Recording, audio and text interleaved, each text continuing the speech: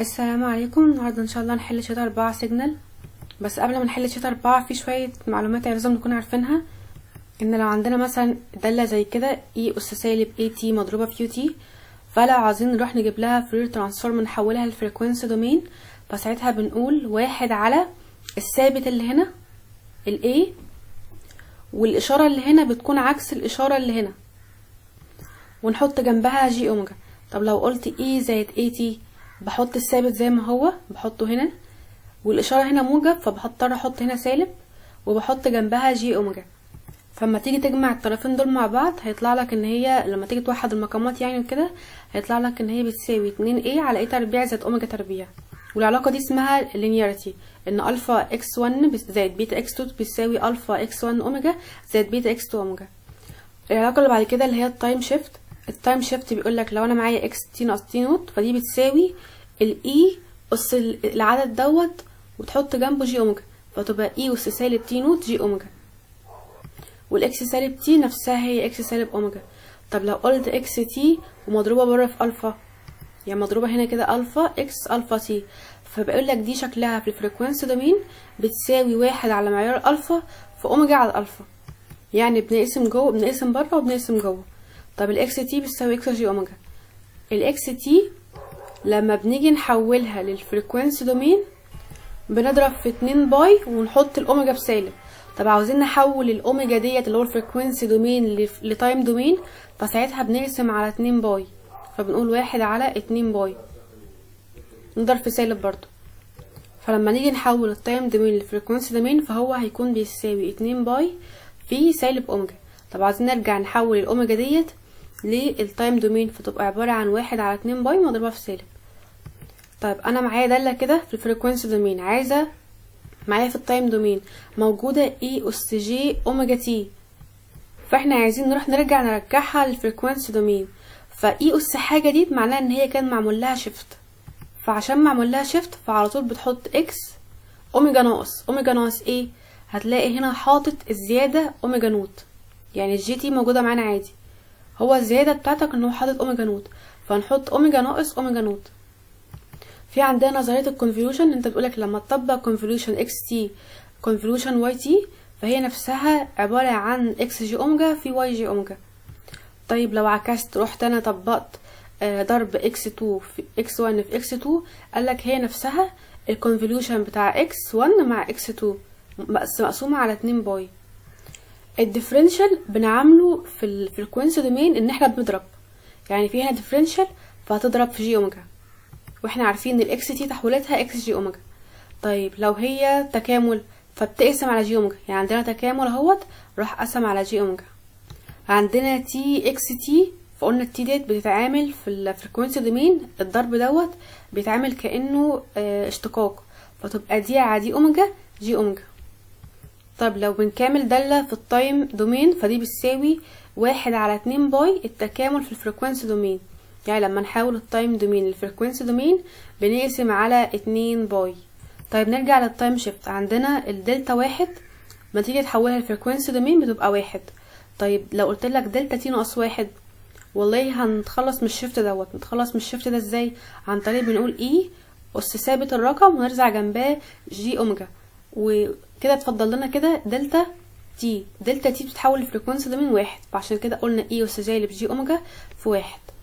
طيب لو معانا اكس تي بتساوي دلتا تي ناقص واحد زائد دلتا تي زائد واحد، فهي هتساوي نص اي اس سالب جي اوميجا زائد اي اس جي اوميجا. لو جينا بصينا للشكل دوت هتلاقيه هو عبارة عن الكوزين اوميجا. طب لو طلب مني احول الكوزين اوميجا للتايم دومين ده تاني، هتقول ان الكوزين اوميجا بتساوي نص اي اس سالب جي اوميجا زائد اي اس جي اوميجا، وترجع تاني تحول تقول ان الاي اس سالب جي اوميجا دوت عبارة عن الشيفت اللي هو دلتا تي ناقص واحد، والاي اس جي اوميجا هتبقى عبارة عن الدلتا تي زائد واحد. طيب التايم ريفرسال بيقولك ان احنا لو عندنا اي اس سالب اي تي مضروبة في يو تي، فدي هتبقى عبارة عن واحد على الثابت، والاشارة السالب ديت بنعكسها فهي اشارة سالب تبقى موجب، يبقى زائد جي ونرجع جنبها جي اوميجا. طب اكس سالب تي، اكس سالب تي عندنا الاي موجب اهيت مضروبة في يو سالب تي، فده كده اسمه تايم ريفرسال، ان هو ضرب التايم في سالب، فهنحط الاي عادي والاشاره الموجب ديت هنخليها سالب ونحط جنبها جي اوميجا. طب لو عندنا تايم سكيلينج زي كده بيقولك اكس 2 تي بتساوي اي اس سالب 2 اي تي، فهو كده كل اللي عمله زيادة عن اللي فوق ان هو ضرب هنا في 2، كأننا مش شايفين الاتنين دي، كأنها عبارة عن كده، عبارة عن سالب اي تي. فدي كانت فكتها ازاي؟ بنقول 1 على الثابت اللي هو ايه، وهنا في هنا سالب تبقى موجب، يبقى زائد جي اوميجا. طيب هنا في معمول سكيلينج، قلنا لما تكون معموله سكيلينج في التايم دومين فبتتحول الفريكوينسي دومين عن طريق ان انا بقسم بره على السكيل دوت اللي هي عملته اللي هو تبقى نص، وبقسم برضو الاوميجا على نفس السكيل فتبقى اوميجا على الاتنين. بعد كده الخاصيه التانية وهي الدواليتي. ايه هي الدواليتي؟ بيقول لك ان العنصر وهو مضروب في الفريكوينسي دومين في سالب هي نفسها لو انت خدت بتاع الموجب، يعني فهو اداك مثال انا بيقول لك لو انا عندي ايه والايه ديت بتساوي 2 باي دلتا سالب اوميجا، فهي نفسها ان انا اقول ايه بتساوي 2 باي دلتا اوميجا، فهو مجرد بس غير السالب. حتى في الشيت هيقول لك روح هات لي اثبات ان جي اف بتساوي ان جي سالب اف بتساوي جي تي، فحط قدامها سالب. فهو هنا بيديك مثال بيقولك لو عندي اكس تي بتساوي اي اس جي تي، وانا اخدت 2 باي الدلتا سالب اوميجا زائد 1، فطلع في الاخر ان انا اخد السالب ده عامل مشترك فيبقى اوميجا ناقص 1، فراح شال السالب ده خالص وقال لك ان هي بتساوي اي اس جي تي 2 باي اوميجا ناقص 1، يعني لغى السالب من القانون. هي نفسها لما جه قال لك انا هعتبر ان الدلتا تي ناقص 1 اللي هي الاي اس جالب جي ديت هي نفسها الدلتا تي ناقص 1، فديت بتساوي اي اس سالب جي اوميجا. فقال لك انا بدل مطرح 1 هنا فانا مثلا هروح انقص 1، فيطلع لك ان سالب اوميجا زائد 1، فراح لغى السالب ده برضو وقال لك هي نفسها 2 باي الدلتا اوميجا زائد 1، فالسالب اللي هو بيبقى قبل الاوميجا دوت فمش مهم عادي، بيقول لك هو نفسه يعني مش مهم. نبدا بقى نشوف اول سؤال بيقول لك calculate the Fourier transform of the following functions and plot the amplitude and phase spectra. فاول سؤال بيقول لك انا عندي اكس تي بتساوي اي اس سالب اي تي مضروبه في تي، فقانون فورير ترانسفورم بيقول لك ان انت كامل من سالب ما لا نهايه لما لا نهايه، وبتاخد الداله اللي انت عايز تجيب لها فورير ترانسفورم اللي هي اكس تي هنا في اي اس سالب جي اوميجا تي. فانا حطيت هنا الاكس تي اللي هي الداله ديت، رحت حطيتها اي اس سالب اي تي مضروبه في اي اس سالب جي اوميجا تي، فاي اس سالب اي تي في اي اس سالب جي اوميجا تي هي نفسها سالب اي زائد جي اوميجا الكل تي. فتكامل ديت لما تيجي ترسم الاي اس سالب تي هتلاقيها داله كده اهي رسمتها هنا كده، بس هو قال لك ايه اكبر من الصفر، فالايه اكبر من الصفر يعني الجزء السالب ده مش معايا، فانا عشان كده رحت كملت حولت من سالب ما لا نهايه لما لا نهايه، رحت حولتها من صفر لما لا نهايه عشان موجب بس، الموجب بس هو اللي معايا. فتكامل ديت هيساوي 1 على الأس في الأس نفسه، واتعوض من الفترة من صفر لما لا نهاية اي اس سالب ما لا نهاية بصفر، صفر ناقص اي اس صفر بواحد، فهيطلع هنا الكلام دوت مضروب في سالب، يعني هيطلع 1 على اي زائد جي اوميجا. فعشان كده فورير ترانسفورم لما نيجي نشوف الدالة دي على طول كنا بنقول ان هي 1 على الاي ونعكس الاشارة اللي في النص اللي هي زائد هنا جي اوميجا. طب رسمتها في الفريكوينسي دومين هتبقى ازاي؟ هتبقى بالشكل ده، وتحط هنا الثابت دوت مرة يكون سالب ايه، وتحط مرة الثابت دوت مرة يكون موجب ايه. سؤال بي عايز الفريكوينسي دومين للدالة ديت اللي هي اي اس سالب اي تي كوزين اوميجا تي مضروبة في يو تي. فاحنا قلنا قانون فورير ترانسفورم بنكامل من سالب ما لا نهاية لما لا نهاية الدالة في اي اس سالب جي اوميجا تي، فالدالة هنحطها عادي اهي مضروبة في اي اس سالب جي اوميجا تي. احنا عارفين ان فكة الكوزين بتساوي نص اي الزاوية مضروبة في جي زائد اي اس سالب الزاوية مضروبة في جي مضروبة في جي تي. فاحنا عندنا كده دي مضروبة في جي ودي برضو مضروبة في جي ودي برضو مضروبة في جي، فانا اخدت النص ده بره وكلهم مضروبين في بعض، واخدت اي اس وجمعت الاسس دي كلها، حطيت الاي لوحده واخدت كمان سالب عامل مشترك، هيبقى اي زائد واخدت دول عامل مشترك يبقى عبارة عن اوميجا ناقص اوميجا نوت، عشان انا اخدت ديت واخدت ديت واخدت دول كده 3 مع بعض، والمرة الجاية بعدين بقى هاخد ديت وديت وديت مع بعض من غير دي، فقسمتهم لتكاملين، فيبقى اي اس سالب اي تي زائد اي اس جي اوميجا تي ناقص اي اس سالب جي اوميجا تي، فدي هتبقى عبارة عن خدت السالب عامل مشترك واخدت التي برضه عامل مشترك من التكامل كله، وقلت اتفضل هنا ايه زائد جي اوميجا ناقص اوميجا نوت. التكامل التاني هيبقى نص اي اس سالب عامل مشترك والتي برضه عامل مشترك، هيبقى هنا بقى ايه زائد اوميجا ناقص اوميجا نوت مضروبه في جي، اللي هي ديت تبقى اوميجا ديت اللي مضروبه في جي زائد اوميجا نوت مضروبه في جي. فانا خدت جي عامل مشترك وحطيتهم مع بعض. فالتكامل دوت تكامله هيبقى عباره عن بنقسم واحد على الاس ونكمل من صفر لما نهايه، هيطلع واحد على اي زائد جي اوميجا ناقص اوميجا نوت. والتكامل التاني هيطلع واحد على اي زائد جي اوميجا زائد اوميجا نوت. يعني احنا كملنا الطرفين اهوت، والطرفين دولت مضروبين في نص، فاخدت نص عامل مشترك، يبقى ده ناتج الفورير ترانسفورم للداله اللي فوق دي. بيقول لك ممكن انت يعني الكلام دوت ممكن تعمل له سمبليفاي ان انت تحوله للمنظر ده. كان ممكن برضو نجيبها مجرد النظر، ان احنا عارفين ان اي والسالب اي تي ديت تحويلاتها فورير ترانسفورم بنقول واحد على الثابت ده اللي هو الاي، والاشاره اللي في النص دي بنعكسها فنقول زائد ونحط جنبها جي اوميجا. يبقى احنا عارفين ان المقدار ده تحويلته كده. تحويلة الكوزين بقى بتقول اوميجا ناقص واوميجا زائد وتضرب فيهم في نص. فهاخد المقدار اللي انا لسه جايباه اللي هو واحد زائد على واحد على اي زائد جي اوميجا، هتقول مرة واحد على اي زائد اوميجا ناقص اوميجا نوت، ومرة واحد على اي زائد اوميجا ناقص زائد اوميجا نوت. يعني بناخد مرة الاوميجا ديت نطرح منها اوميجا نوت اللي هو دوت، ومرة تزود عليها اوميجا نوت تضربهم في نص، هيطلع برضو نفس اخر مقدار اللي احنا طلعناه اللي هو اخر واحد ده.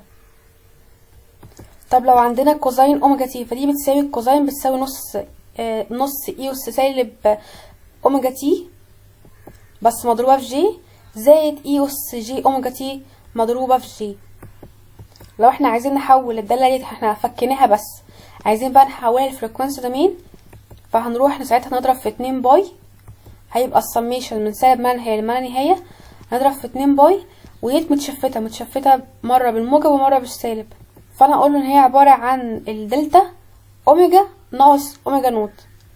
طب ليه ما خدتش اللي هو ليه ما قلتش زائد اوميجا نوت؟ ما هي متشفته مرتين. هحط هنا ثابت اسمه وليكن كي ده الفورير كوفيشنت، وهضرب برضو هنا في ثابت اللي هو بتاع الفورير كوفيشنت. او ممكن نخليها مره اوميجا نقول له ان هي بتساوي الدلتا اوميجا ناقص اوميجا نوت زائد دلتا اوميجا زائد اوميجا نوت، يبقى دي كده تحويلتها على طول. طيب رسمه الداله اللي هي الكوزين ديت موجوده في فريكوانسي دومين، بتكون دي رسمتها، ده الامبليتيود وده الفريكوانسي، بتقف تبدأ كده عند 2/10 وتنتهي عند النص. طيب سؤال سي اللي هو السينك بقى.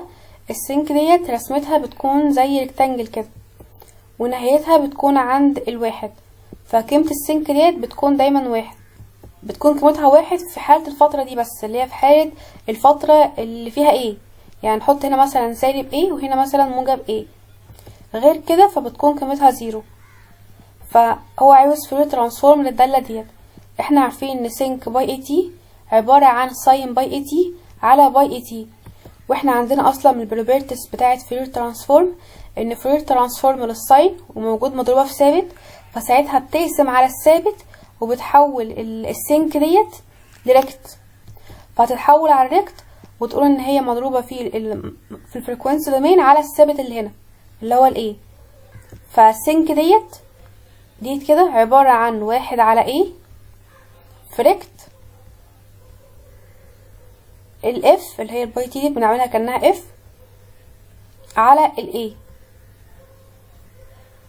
واحنا عارفين ان ريكت اف على ايه اللي هو الريكتانجل دوت بيكون ليه قيمة واحد في حالة ان هو بينحصر ما بين الفترة الايه على 2 سالب ايه على 2 وايه على 2 اللي هي الفترة دي كده، غير كده بيكون قيمته زيرو. فانا قلت ان هو قيمته بتساوي واحد في الفترة ديت وقيمته بتساوي زيرو في حيث ان هو بقى اكبر من الفترة دي، يعني بقى هنا. فاحنا عايزين نجيب فورير ترانسفورم للدالة ديت، ففورير ترانسفورم الاي سينك باي اي تي هتبقى عبارة عن هو ضرب هنا في ايه تمام، هنحط الايه زي ما هي، وتحويلة ديت هتبقى عبارة عن واحد على الايه اللي هي واحد على الايه اللي جوه ديت مضروبة في ريكت اللي هي باي تي دي تحول لاف على الايه، فهتلاقي ان الايه راحت مع الواحد على ايه، هتطلع في الاخر ان هي بتساوي ريكت اف على ايه. السؤال بعد كده بيقولك determine the continuous time signal corresponding to the following transform، يعني عاوز يحول لنا الفريكوانسي دومين للتايم دومين. فعندنا اول دالة اكس جي اوميجا بتساوي 2 ساين 3 اوميجا ناقص 2 باي على اوميجا ناقص 2 باي. فاحنا عندنا قانون من الفرير بروبرتيز ان الريكت تي على التاو بتساوي تاو سينك اوميجا تاو على الاتنين. فاحنا عشان نحول الدالة دي لسينك فلازم نخلي اللي قدام الساين هو نفسه اللي في المقام. فانا راح اضرب المقام ده في 3. لما اضرب في 3 هزود برضو في البسط 3 عشان ما ابقى ما عملتش حاجة. يبقى احنا عندنا الدالة بتساوي 6 سينك اوميجا ناقص 3 باي 3 اوميجا ناقص 2 باي. يبقى كده احنا وصلنا ان هي بتساوي 6 سينك 3 في اوميجا ناقص 2 باي. احنا عايزين نحول اللي هو الفريكوينسي دومين ده للتايم دومين. فاحنا عندنا القانون اصلا من البروبرتيز ان ازاي تحول السينك وان هي في الفريكوينسي دومين للتايم دومين ان هي بتساوي الريكت تي على التاو بتساوي التاو سينك اوميجا تاو على الاتنين. فاحنا ازاي نحول القانون ده للقانون ده؟ تعالوا نقارنه. بيقول لك السينك مضروبه في تاو، فيبقى احنا عندنا كده التاو ب6. لما نقارن هنلاقي ان التاو ب6، فكده عندنا التاو ب6. تمام. عايزين نحوله برضو. هيبقى سينك بيقول لك ان 3 اوميجا ناقص 2 باي بتساوي اوميجا تاو على 2. فاحنا كده عايزين نخلص من الاتنين باي ديت. التلاتة دي كأنها مش موجودة. ليه التلاتة كأنها مش موجودة؟ فاكر لما قلنا في القانون فوق ان هو لما الاوميجا مثلا تتضرب في سالب احنا على طول كنا بنشيل السالب ده كأنه مش موجود. طب اتضربت في رقم تاني برضو مش كأنه مش موجود عادي، ما بتفرقش معانا في القانون. يبقى احنا كده وصلنا ان التاو اللي هو الزمن بيساوي 6. تمام. عايزين بقى قلنا دي كأنها مش موجودة معانا، عايزين بقى نخلص من الاتنين باي ديت. فدي كده معمول لها شيفت، فناتج الشيفت دوت هيبقى عبارة عن 2 باي تي جي. فدي الشيفت بتاعها هتبقى اي اس 2 باي تي جي. ليه ما خدناش السالب لما نيجي نحول من الفريكوينسي دومين للتايم دومين؟ يعني لما نيجي نحول للتايم دومين بنعكس الاشاره اللي هنا، فتبقى اي اس 2 باي تي جي. طب لو جينا نحولها، لو دي كانت تايم دومين وحولناها، لو جينا نحولها للفريكوينسي دومين فساعتها كنا هناخدها بالاشاره بتاعتها تبقى اي اس سالب 2 باي اوميجا جي. فاحنا كده اتخلصنا من الشيفت. يبقى احنا فاضل لنا بس ان هي بتساوي 6 ساين اوميجا عن طريق ان احنا ضربنا في الشيفت هنا. يبقى احنا عايزين نحول 6 سينك 3 اوميجا، عايزين نحولها لريكت. احنا عارفين ان ريكت تي على التاو بتساوي تاو سينك اوميجا تي على الاتنين، اوميجا تاو على الاتنين. فاحنا عندنا التاو ب6 وف6 على الاتنين ب3، يعني احنا عايزين هنا يكون في 3 اوميجا، واحنا اصلا وصلنا 3 اوميجا ديت.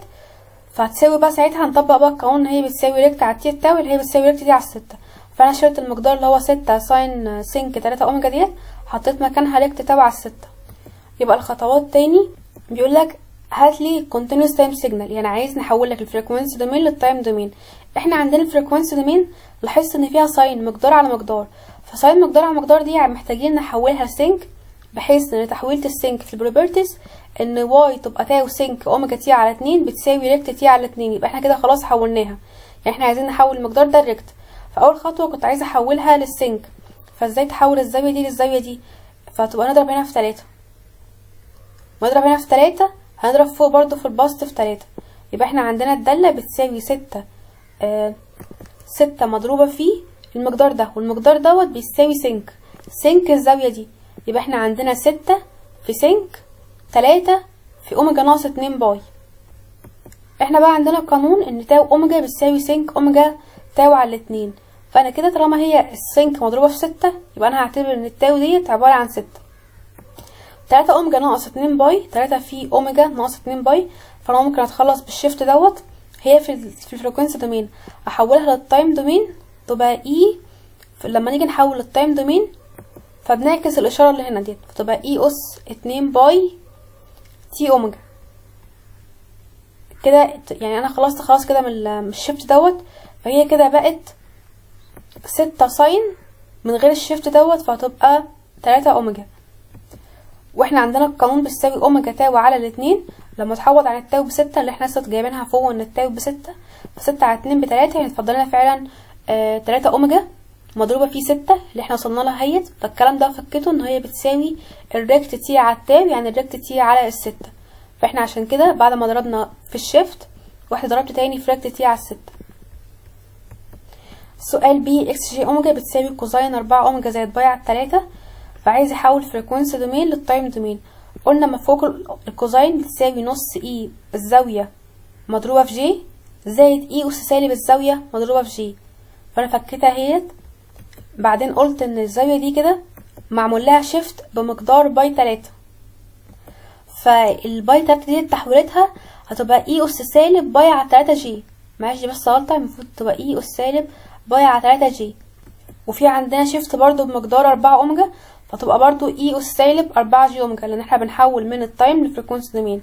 دي بقى هتعكس الاشاره اللي في النص اللي هي السالب ديت، فدي هتبقى معمول لها شيفت بمقدار اي اس جي باي على 3 اهي، اي اس جي باي على 3 واي اس 4 اوميجا جي.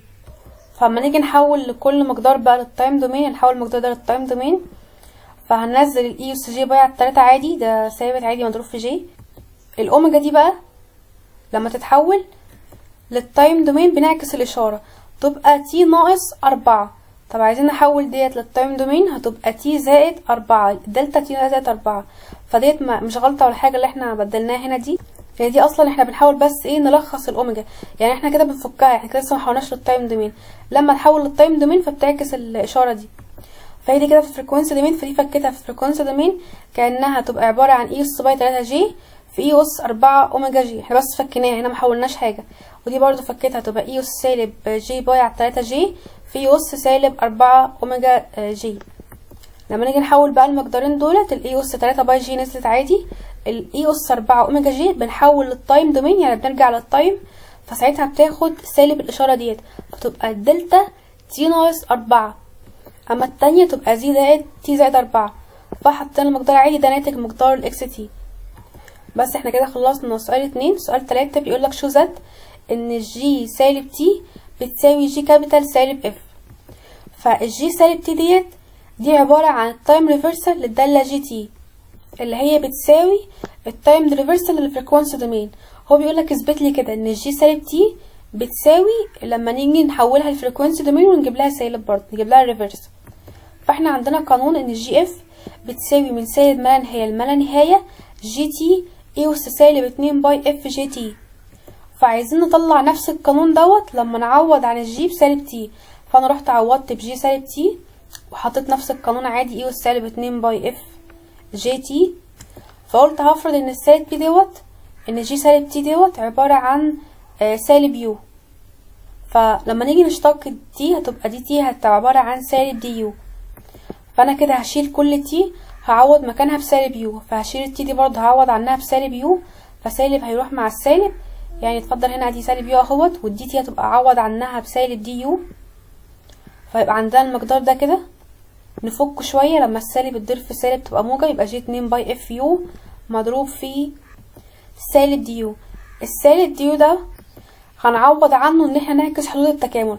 بس في حاجه هنا بس نسينا نقولها، لما تعوض احنا يعني الحدود ديت كانت بالنسبه للتي، فاحنا رحنا عاوزين نحولها لليو، فاحنا قلنا التي علاقتها ايه باليو، ان التي بتساوي سالب يو.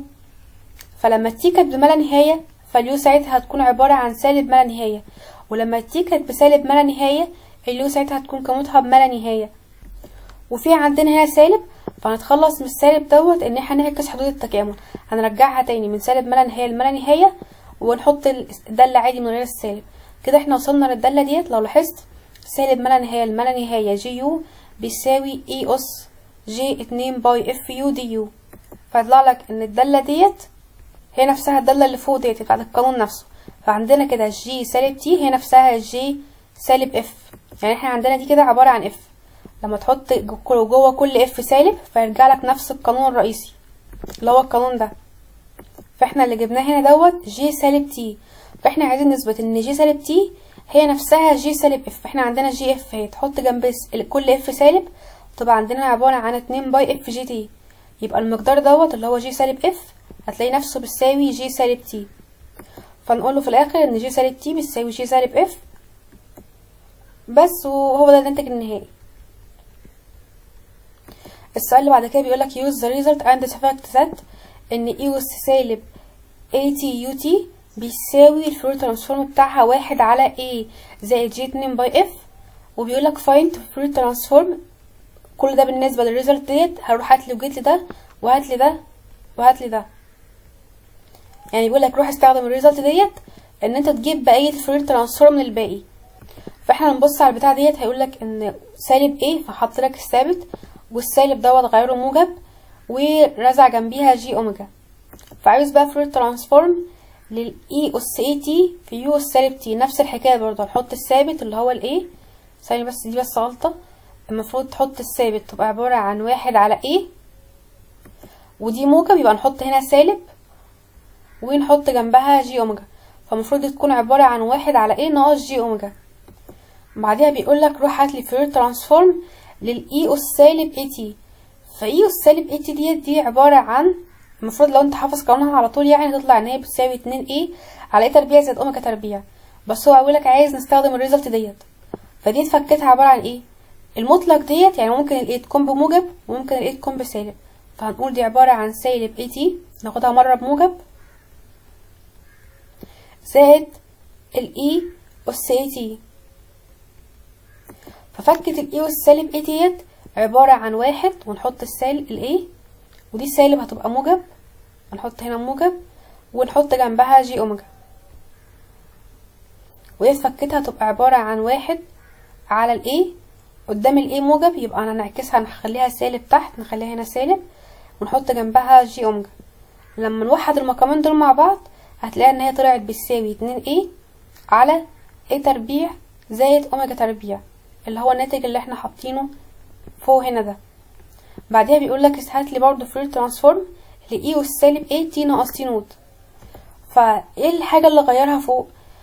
ان هي متشفتة، يعني دي هتبقى نفسها هتبقى نفس اللي فوق اللي هي سالب مطلق ديت، هي تبقى عبارة عن سالب مطلق ايه لو خلصنا من الشفت ده، يعني تبقى ايه سالب مطلق اي تي لو خلصنا من الشفت.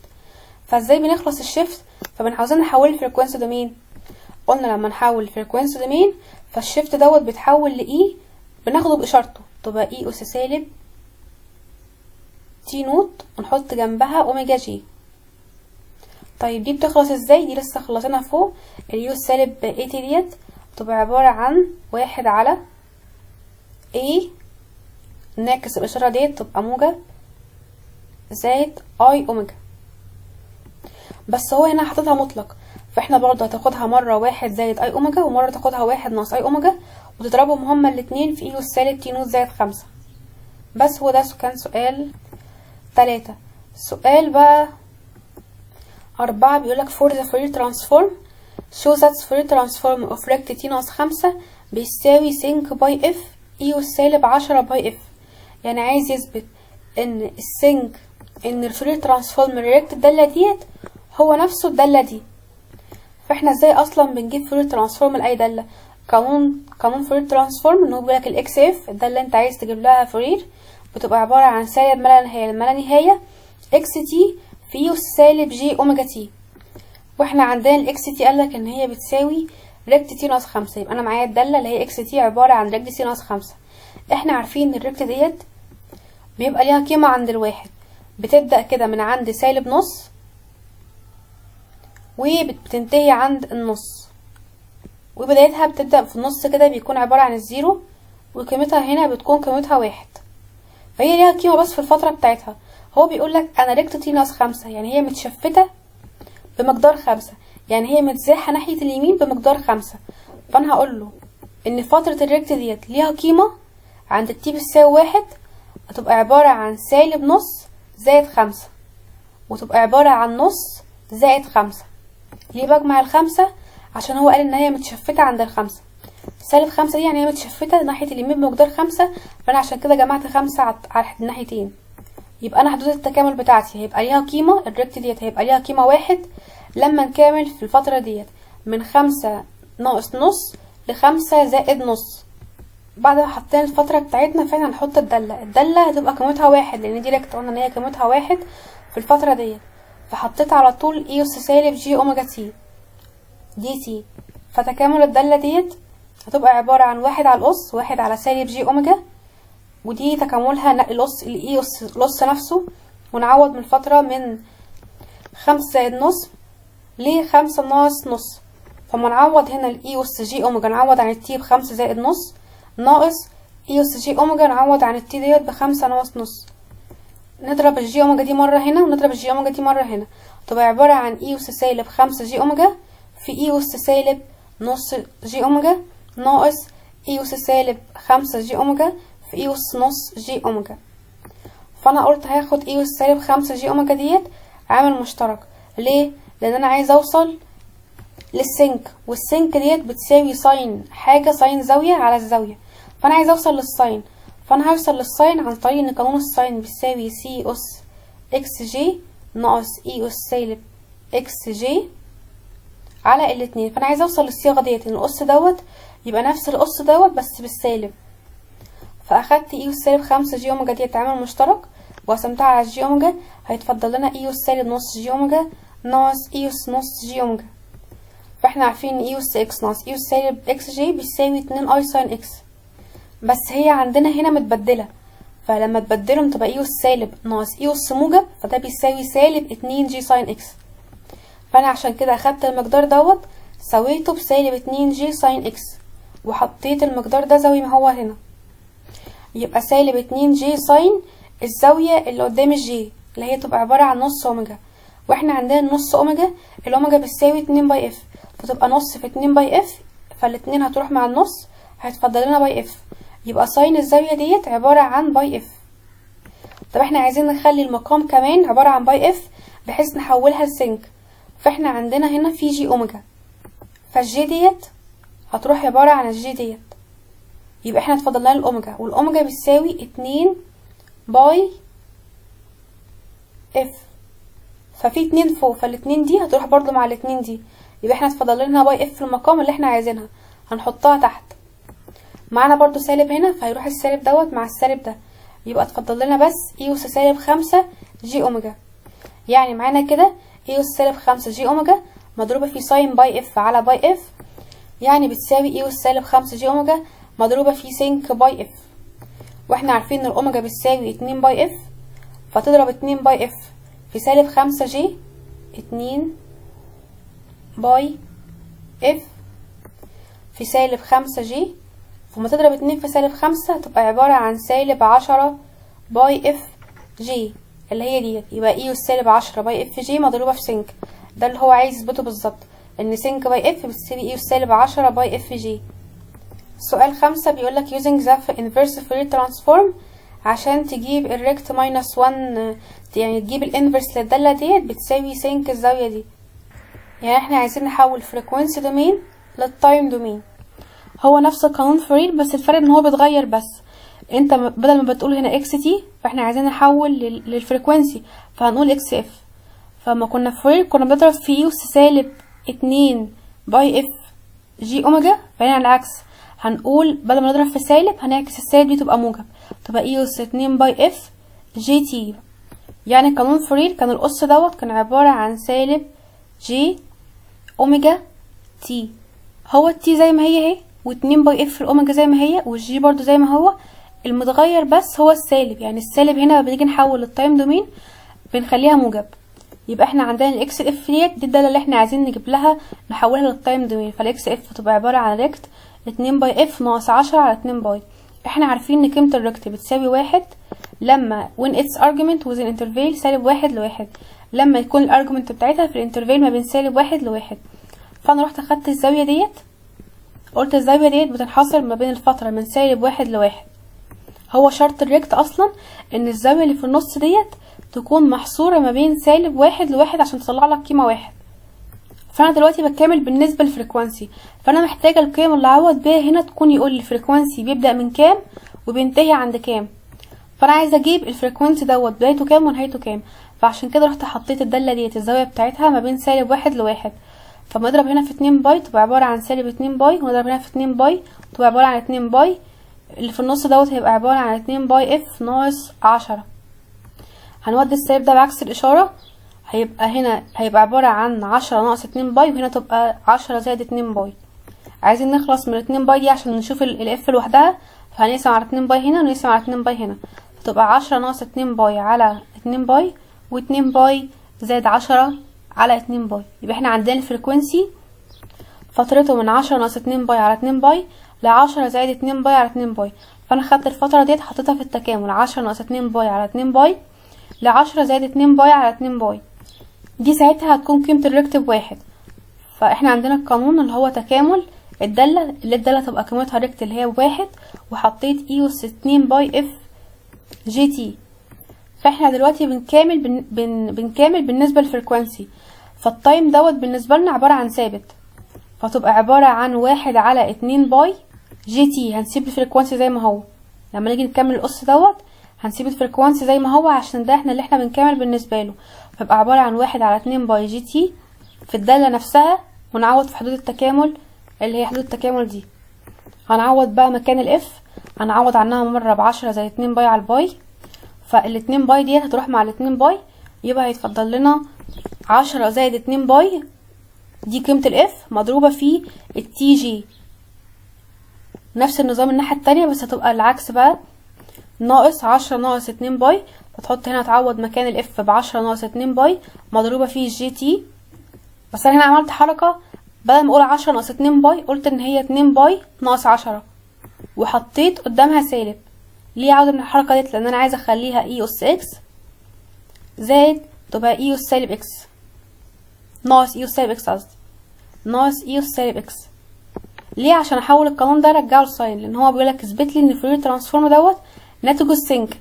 فالسينك ديت بتساوي ساين حاجه على حاجه، فانا عايزه اول حاجه احولها لساين. فلو لاحظنا هنا الزاويه هتبقى عباره عن 2 باي زائد 10، وهنا 2 باي ناقص 10. او ممكن ما نعملش الكلام دوت وكانها زي ما هي كده، تبقى عباره عن 10 ناقص 2 باي، ونفكها لوحدها تبقى اي اس 10 في اي اس 2 باي، ودي برضو تبقى اي اس 10 في اي اس 2 باي. فناخد اي اس 10 عامل مشترك مضروبه في جي تي،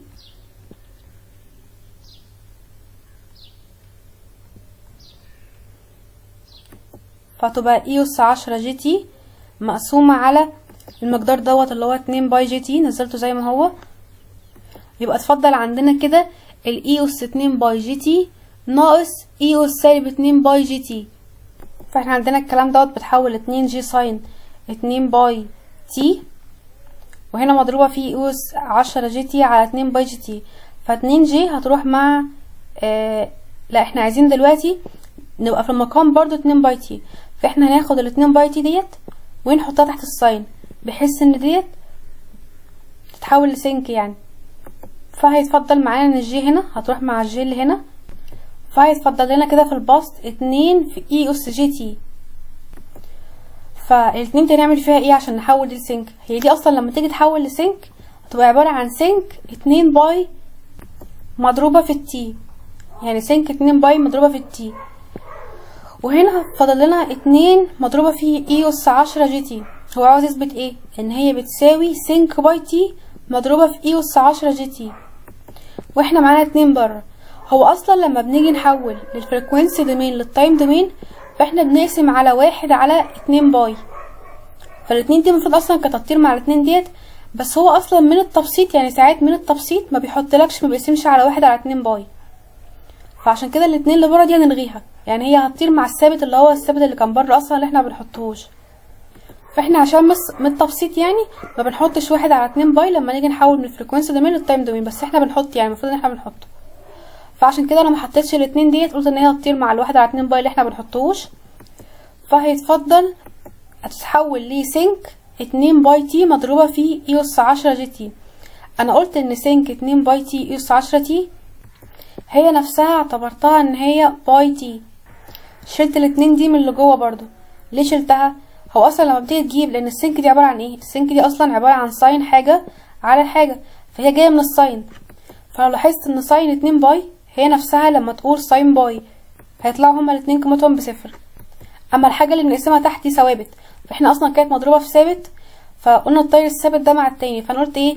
هي نفسها يعني هي الساين اللي هي نفس الساين اللي هنا، فكأن ساين 2 باي تي اس 10 تي هي نفسها ساين باي تي اس 10 تي. ده تفسيري يعني مش اكتر. طيب سؤال 6 بيقولك the Fourier transform of triangle pulse is given by جي اف، يعني هو مديك فورير ترانسفورم للدالة ديت، بيقولك ده فورير ترانسفورم بتاعها. بيقولك بقى use this information and time shifting time scaling to find Fourier transform of the signal shown in the figure B C D E F. يعني بيقولك ان شكل واحد دوت ده Fourier transform بتاع الدالة دي. هات بقى Fourier transform للدالة التانية اللي هو B و C و D و E و F باستخدام الدالة اللي انا مديها لك معطى دي. فاحنا عندنا شكل ايه ده Fourier transform بتاعه، هو قالك كده في السؤال. عايزين بقى نشوف Fourier transform للدالة دي. الدالة دي هو مسميها G1T. فلو لاحظت هتلاقي ان الدالة ديت راح عكسها خلاها الناحية التانية، عمل لها ميرور. فطالما عمل لها ميرور كده يعني هو عكسها، هو عكسها دي اخر حاجة بدايتها، اخر حاجة انتهى عندها اللي هي الزيرو ديت، راح بقى عملها الناحية التانية، عمل لها ميرور الناحية التانية. فدي كده اسمها التايم ريفيرس. ازاي بتيجي التايم ريفيرس دوت؟ عن طريق ان احنا نضرب سالب في التي دوت. لما تضرب في سالب فهتلاقي الدالة جت لك كده. فعشان كده هنقول ان جي 1 تي هتبقى عبارة عن جي سالب تي. ايه جي سالب تي؟ بيقولك ان الدالة اللي هو مديها لك دي اسمها جي تي، فاحنا نضرب جي تي ده في سالب بحيث انها تساوي جي 1 تي. فعشان كده قلنا جي 1 تي هتبقى عبارة عن جي سالب تي. لما تيجي تحولها الفريكوانسي دومين هتبقى جي 1 اف بتساوي جي سالب اف، وتحط مكان كل اف سالب اف، يبقى دي الدالة بتاعتك. طيب سؤال سي لو تلاحظ ان هو حاطط مثلث كده، المثلث ده نفس المثلث ده بس معمول له شيفت. يعني هو هنا بدل ما نهي عند الصفر هو بادئ من الصفر، يعني هو عمل له شيفت بمقدار واحد، يعني زحزحه كده شويه بمقدار واحد وهيبقى شكله كده. فاحنا نقول له ان الجي 2 ديت عباره عن اول حاجه اللي هو الجزء الاولاني منها هيبقى عباره عن جي تي ماينس واحد، جي تي ناقص واحد. ناقص واحد دي يعني انت هتشفته ناحية اليمين بمقدار واحد.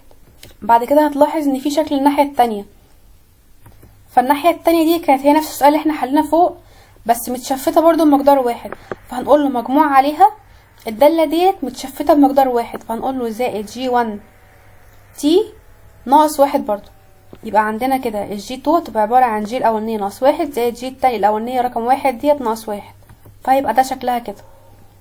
سؤال رقم دي بقى، سؤال رقم دي معاك شكل مثلث كده.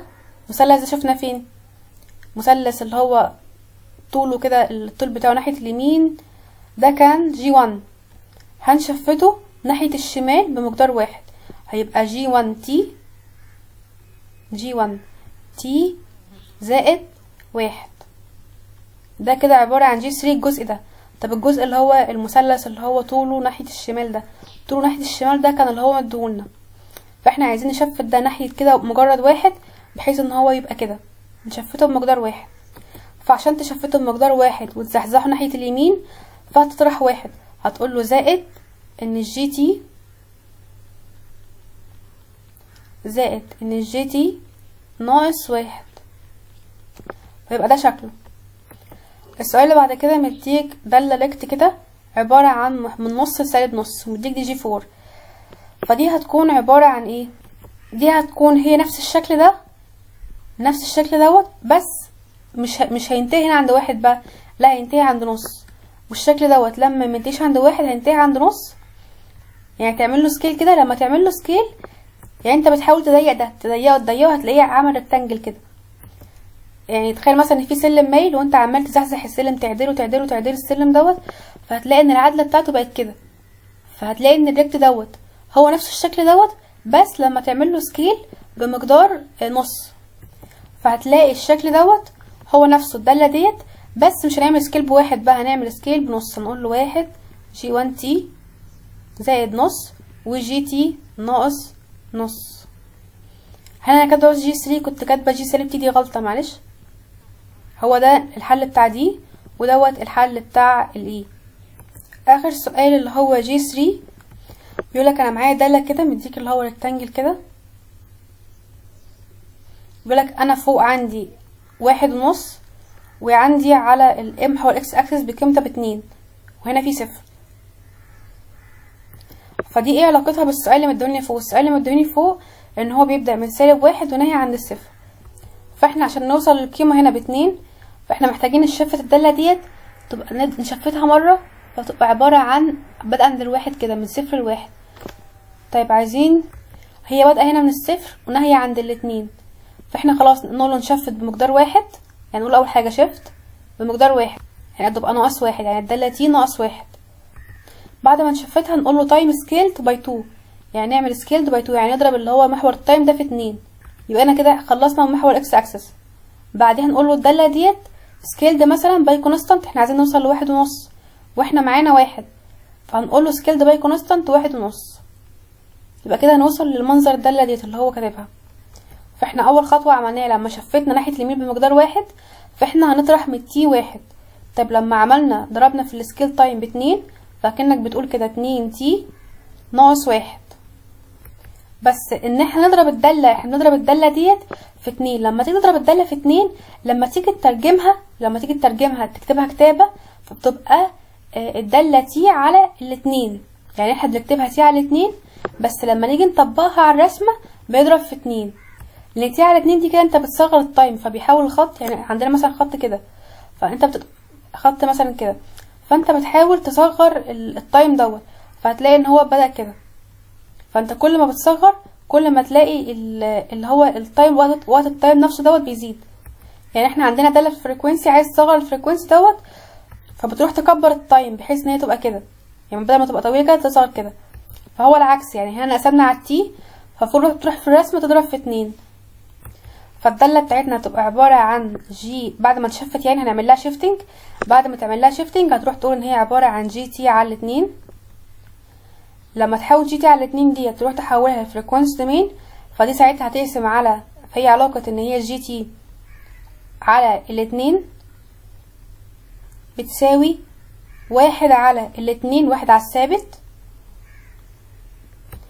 الثابت دوت اللي هو نص. احنا قسمنا على 2، يعني ضربنا في نص، فنقسم على واحد على نص، هيطلع لك ان 2 طلعت في البسط فوق. تمام. في جي اف على الثابت، اف الثابت هنا نص، فتبقى 2 اف برضو، تبقى 2 جي 2 اف. يعني هتحط بقى لما تيجي تحط الداله بتاعتك اللي هو مديها لنا ديت، هتحط مكان كل اف 2 اف، تضرب بره في 2. بس هو ده كان شيت 4. في عندنا شويه اسئله تانية غير اللي في الشيت. ان احنا عندنا لو عايزين نجيب فلويد ترانسفورم، فاول حاجه بنتشيك الداله زوجيه ولا فرديه. والله لو هي ولا زوجيه ولا فرديه، فبنكامل من سالب ما لا نهايه لما لا نهايه، ومضروبه في ثابت كده. الثابت دوت هو نفسه 1 على جذر 2 باي، هو نفسه 2 على جذر باي. فاحنا ما بنكتبوش للتبسيط، فمبنكتبش الكلام ده. مضروب الداله اللي هي في الزمن مضروبه في اي سالب جي اوميجا تي. وعندنا كده ان تحويله فورير لابلاس بتبقى 1 على اس زائد ايه. فبيقول لك تحويلات لابلاس هي نفسها تحويله فورير ترانسفورم من لو كان بتكامل من سالب ما لا نهايه لما لا نهايه. فعندنا ديت اي اس سالب اي تي لما تعمل لها لابلاس تبقى 1 على اس زائد ايه. طب لما تيجي تعمل لها فورير بيقول لك هتشيل كل اس تعوض عنها باي اوميجا، فتبقى 1 على اي اوميجا زائد ايه. فعندنا اي اس سالب اي تي هتبقى عباره عن 1 على ايه زائد جي اوميجا. طب تي في اي اس سالب اي تي بتعوض عن الضرب في تي ديت عن طريق ان انت بتحط المقام دوت تربيع. ليه حطينا تربيع؟ لان الاي ديت تعويضتها ان انت بتقسم على 1 على ايه زائد جي اوميجا. ليه؟ لان احنا كنا جايبين اي تي، فراح قسم ايه زائد اوميجا. طب حط اي سالب ايه تاني، فمضروبه في اي سالب جي اوميجا، فاي جي اوميجا في اي اي اوميجا زائد ايه، كل ده يكون اي اس اي اوميجا زائد ايه لكل تربيع. بس دي مش ثابته، يعني دايما التي بواحد على اي اوميجا زائد ايه، لا. الداله اللي انت بتحولها فلويد ترانسفورم لو هي مضروبه في تي فبتخليها اس تربيع. طب لو مضروبه في تي تربيع هتخليها اس 3، لو مضروبه في تي اس 4 هتخليها اس 4. تحويلة الدي للفريكوينسي دومين بتساوي دلتا اوميجا. تحويلة الدلتا للفريكوينسي دومين تحويلتها 1. طب لو عندنا دالة اي اس سالب ايه معيار حاجة، فدي بتساوي 2 ايه، وساعات بيشيلوا الاتنين، يعني على ايه تربيع زائد اوميجا تربيع، دي اوميجا تربيع. طب لو عكسها لك ادالك ديت وانت المفروض تجيب دي، فلو اداك دي في التايم دومين فتحويلتها تبقى عبارة عن 2 ايه على ايه تربيع زائد اوميجا تربيع. فبتحويلة فلويد ترانسفورم من الدالة دي تبقى عبارة عن اي سالب تربيع على 2 على 2، فهي بتساوي سالب اوميجا تربيع على 2. طيب اليو تي اللي هي يونت امبالس فانكشن، فهي بتساوي ساين اوميجا تي على الاوميجا. طب 1 ناقص تي على التاو، 1 ناقص تي على التاو، فهي بتساوي ساين تربيع اوميجا تاو على 2 على اوميجا تربيع تاو على 2. طب ساين اي تي، ساين اي تي هتساوي الاي على اي تربيع زائد اوميجا تربيع. لو تفتكر كانت مفكوكة في لابلاس كانت بتساوي الاي على اس تربيع زائد اي، فهي نفسها شلت الاس وعوضت عنها باي اوميجا، والكوزين هكذا هتبقى كان مفكوكها في لابلاس كان اس على اس تربيع زائد اي تربيع، فشلت الاس عوضت عنها باي اوميجا، وشلت الاي عوضت عنها باي تربيع عادي. فلو جالك رسم زي كده يقولك هاتلي فورير ترانسفورم فيها، فدي الفورير ترانسفورم تبقى عباره عن اف اوميجا، ادي داله اف تي تبقى عباره عن اف اوميجا. طب الداله ديت عباره عن الريكت اللي هي بتساوي اللي هي يونت باس فانكشن اللي هي عباره عن ساين اوميجا تي على الاوميجا، فدي تحويلتها. اليو تي بتكون مضروبه في حاجه تانية بتجيش لوحدها. في عندنا حاجه تانية اسمها التايم شيفت، الاف تي في الفورير ترانسفورم تبقى اف اوميجا. طب لو قلت اف تي ناقص ايه مضروبه في اليونت ستيب تي ناقص ايه، فدي كده معمول لها شيفت، دي معمول لها شيفت ودي معمول لها شيفت، فبتقول اي اس سالب اي اوميجا، يعني بتاخد السالب ايه دوت باشارته وتحط جنبها اي اوميجا، وتحويلة الاف تي تبقى عباره عن اف اوميجا. طيب فورير ترانسفورم الاف تي بيساوي اي اس سالب تي ناقص 1 تربيع على 2 في يو تي ناقص 1، دي كده معمول لها شيفت. احنا ممكن نتخلص من الشيفت دوت عن طريق بنقول اي اس سالب اي اوميجا، هناخد السالب دوت باشارته كده ونحط جنبه اي اوميجا، يبقى انا كده خلصت من الشيفت. كده اتفضل لي اي اس سالب تي تربيع على 2 اللي هي بتتحول لاي اس سالب اوميجا تربيع على 2. معاها داله تانية بتساوي 1 على 1 زائد تي ناقص 2 كل تربيع في يو تي ناقص 2، دي برضو معمول لها شيفت، ممكن نتخلص من الشيفت دوت كانه مش موجود، هيبقى اي اس سالب 2 اي اوميجا، يبقى 1 على 1 زائد تي تربيع اللي هي مفكوكها 1 على 1 اي تربيع. ده كان قانون ايه؟ كان قانون سالب اي اوميجا، ان هو سالب اي اوميجا كانت بتساوي الاي على اي تربيع زائد اوميجا تربيع. فسوري نضرب هنا في ايه، ثواني بس، هي يعني القانون اللي هي سالب اوميجا كان عباره عن ايه على اي تربيع زائد اوميجا تربيع، فعندنا الاي تربيع دي اللي هي بواحد والاي ديت اللي هي بواحد. الاوميجا تربيع دي لما نيجي نحولها للتايم دومين هي اسمها تاي تربيع، فدي تتحول لاي اس سالب معيار الاوميجا. السؤال 3 بيقولك اي اس سالب 3 تي في يو تي ناقص 1، هي كده مش معمولها تايم شيفت. ليه؟ هو هنا بيقولك ان انا معمولها تايم شيفت، بس هتبص للداله هتلاقي ان هي مش معمولها تايم شيفت، فاحنا عايزين نخلي الشيفت دوت هو الشيفت دوت، فهتقول اي اس سالب 3 احنا بقى نعملها تايم شيفت، هنخليها تي ناقص 1 ونزود 1، يبقى كده ما عملناش حاجه، مضروبه في يو تي ناقص 1، فهناخد السالب 3 دي مره هنا ونضربها مره هنا، تبقى اي اس سالب 3 تي ناقص 1 في يو اس سالب 3 مضروبه في يو تي ناقص 1، فهناخد الاي اس سالب 3 ده ثابت ونحطه بره، هيتفضل اي اس سالب 3 تي ناقص 1 في يو تي ناقص 1، هناخد الداله اللي معمول لها شيفت ديت هتبقى اي اس سالب اي اوميجا، يبقى كده اتفضل لنا اي اس سالب 3 تي دي اللي هي بتتحل 1 على الثابت 3 ونعكس الاشاره اللي في النص ديت تبقى زائد ونحط اي اوميجا. سؤال 4 1 على تي تربيع ناقص 4 تي زائد 5، احنا عايزين نخليها تي ناقص 2 بحيث يكون معمول لها تايم شيفت، فاحنا هنعمل قوس اللي هو المربع الكامل دوت تبقى عباره عن تي ناقص 2 كل تربيع، اطرح من الاتنين ديت هتربعها تبقى عباره عن 4 يعني ناقص 4 زائد 5 يعني ناقص 4 زائد 5 اللي هي عباره عن 1، فدي كده معمول لها تايم شيفت. عايزين نخلص من الشيفت دوت تبقى عباره عن اي اس سالب 2 اوميجا اي، يبقى كده اتفضل لنا 1 على تي تربيع زائد 1 اللي هي بتساوي اي اس سالب اوميجا معيار اوميجا. في عندنا حاجه اسمها موديليشن اللي هي الفريكوانسي شيفت، بتعرفها منين؟ ان هو بيضرب لك يا اما في كوزين يا اما يضرب لك في ساين، يا اما تبقى اي اس اي اي تي موجب او سالب. اي اس اي اي تي ديت لما تيجي تحولها للفريكوانسي فهتبقى عباره عن اف اوميجا موجب او سالب ايه.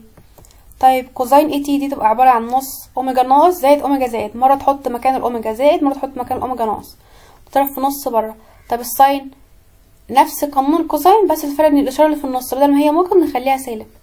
تعالوا نشوف مثال على كده، ان هي اي اس سالب 3 تي فتبقى عباره عن الثابت دوت اللي هو 3 على، بس هنا موجود تي مقياس تي فدي كان لها قانون، احنا بنخليها مره اي اس سالب 3 تي زائد اي اس موجب 3 تي، فدي كان لها قانون هي بتساوي الاي على اي تربيع زائد اوميجا تربيع، فالاي عندنا ب3 على اوميجا تربيع زائد 3/4 اللي هي 9.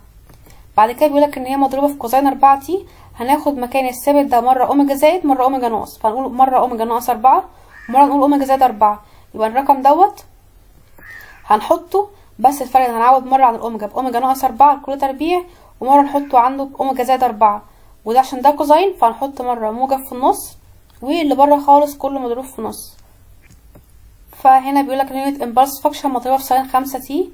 احنا عارفين ان فكة الفريكوينسي دومين للامبلس فانكشن ديت كانت بتساوي ساين اوميجا على الاوميجا مضروبة في التاو، فهي ساين اوميجا على الاوميجا بس هنا مضروبة في ساين، فهنغير مكان كل اوميجا نحطها مرة سالب ومرة اوميجا، فنحط مرة اوميجا ناقص 5 ومرة اوميجا زائد 5، والاشارة اللي في النص هتكون سالب عشان دي ساين، ومضروبة بره في 1 على 2 اي.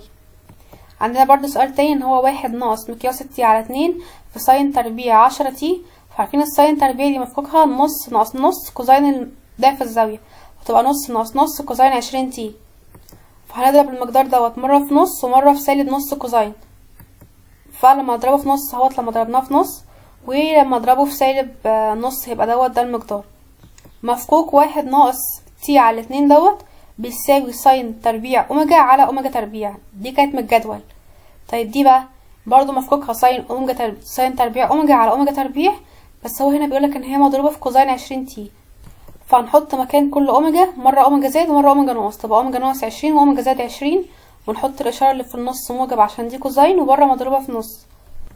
فلما نيجي نحول بقى لما في الديريفيتيف ان تايم دومين الاف تي بتتحول لاف اوميجا، طيب المشتقة اللي الزمن بتتحول في فريكوينسي دومين ان احنا نضرب المشتقة ديت في اي اوميجا. طب لو كانت مشتقة تربيع تتضرب في اي اوميجا تربيع.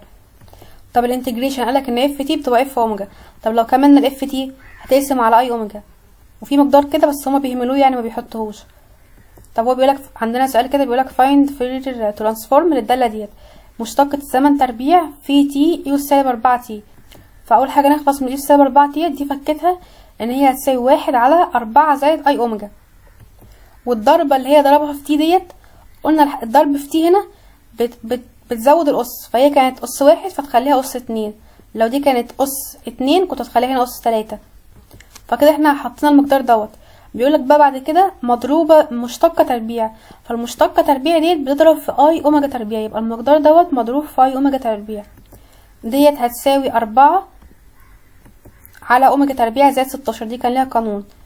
وبيقولك تكامل، فتكامل دوت التكامل بنقسم على اي اوميجا. طب لو عندنا 1 ناقص تي على التاو ودي كان ليها قانون ان هي بتساوي ساين تربيع اوميجا تاو على 2 اوميجا تربيع تاو على 2. طب 1 ناقص تاو على 4 هنعوض بقى مكان كل تاو ب4، فتبقى 4 على 2 يعني ساين تربيع 2 اوميجا على اوميجا تربيع في تاو على 2، فما نعوض عن التاو ب4 4 على 2 ب2، فعشان كده حطينا 2 اوميجا تربيع. هنا مفيش 2 دي بس غلطة.